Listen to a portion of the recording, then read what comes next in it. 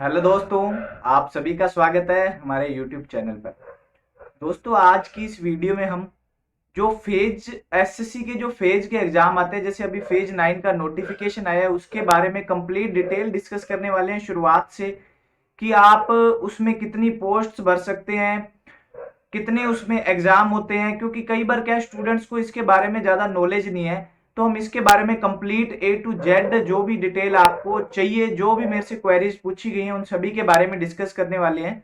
तो वीडियो को एंड तक देखिएगा। चलो वीडियो की शुरुआत करते हैं।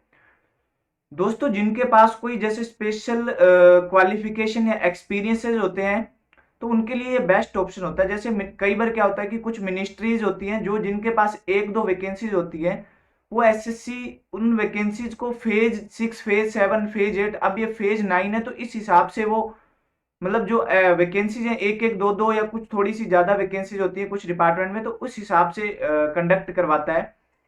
इसमें होता क्या है, इसमें आप सभी का एक एग्जाम होता है, प्री होता है। जो सिलेबस आपका है वो सेम एज इट इज जो आपके सीएचएसएल और सीजीएल का एग्जाम है, वैसा ही आपका सिलेबस रहता है। आपके ये तीन पार्ट में इन्होंने डिवाइड कर रखा है, ग्रेजुएशन, 12th और 10th के बेसिस पे, जिसमें आपको अलग अलग वैकेंसीज अलग अलग जोन में मिलेंगी।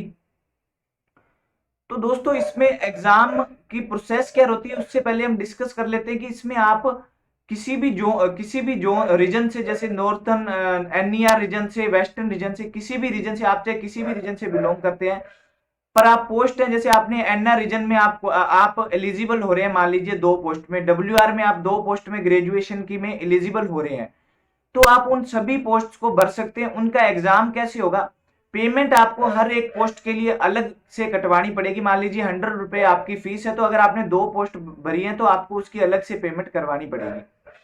ठीक है। एग्जाम आपका, जैसे आपने ग्रेजुएशन के मान लीजिए एनआर से दो पोस्ट भर ली, डब्ल्यूआर से तीन पोस्ट भर ली, एग्जाम आपका एक ही जगह पे होगा, और वो ग्रेजुएशन बेस्ड आपका एक ही एग्जाम होगा। जब कट ऑफ निकलेगी, वो आपकी कट ऑफ है अलग अलग आपके परफॉर्मेंस पे, परफॉर्मेंस के बिहाफ पे जो कि कट ऑफ निकलेगी। ठीक है। उसके बाद में अगर हम बात करें, वही पैटर्न रहता है आपका हायर सेकेंडरी में। वही, अगर आपने मान लीजिए ग्रेजुएशन में चार पोस्ट भरी है अलग अलग रीजन से या एक ही रीजन से, और मान लीजिए आपने हायर सेकेंडरी की भरी है और मैट्रिकुलेशन की भरी है, तो होता क्या है कि पहले आपको, जैसे कि उसमें आपको ग्रेजुएशन का भी एग्जाम देना पड़ेगा अलग से, और अगर आपने हायर सेकेंडरी की भरी है तो आप वो भी दे सकते हैं, और मैट्रिकुलेशन की भी देने पड़ेंगे।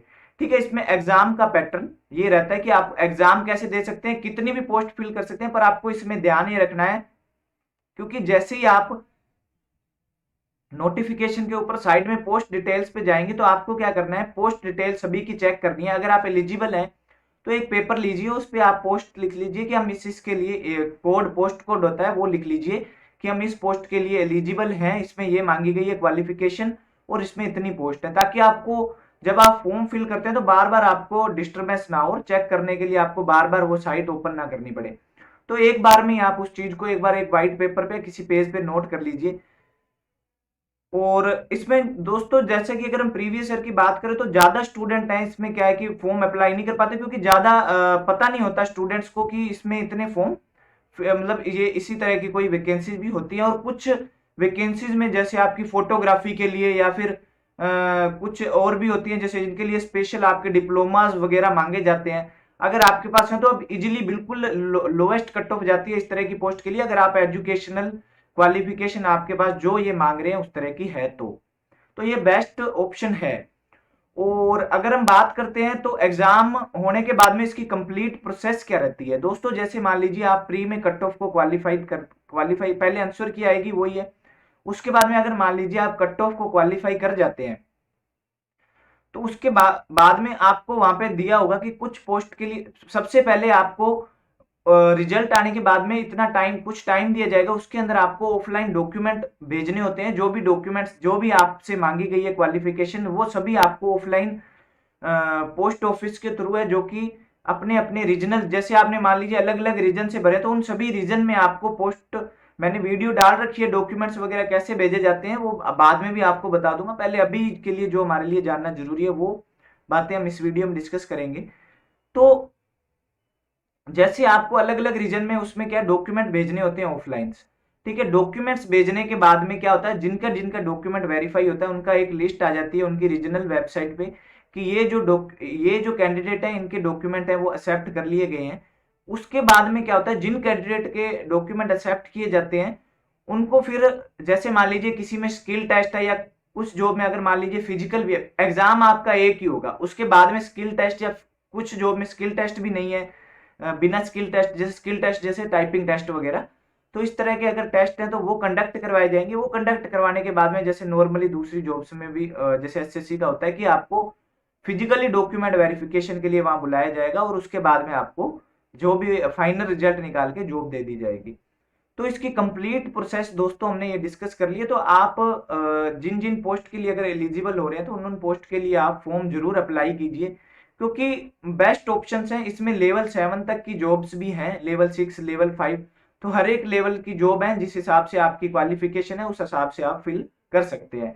क्योंकि इसमें क्या, अगर आपके पास कुछ एक्स्ट्रा क्वालिफिकेशन है जो इसमें पोस्ट हैं, तो वो एक बेस्ट ऑप्शन होता है कि उसमें कंपटीशन बहुत ज्यादा लोवेस्ट रहता है।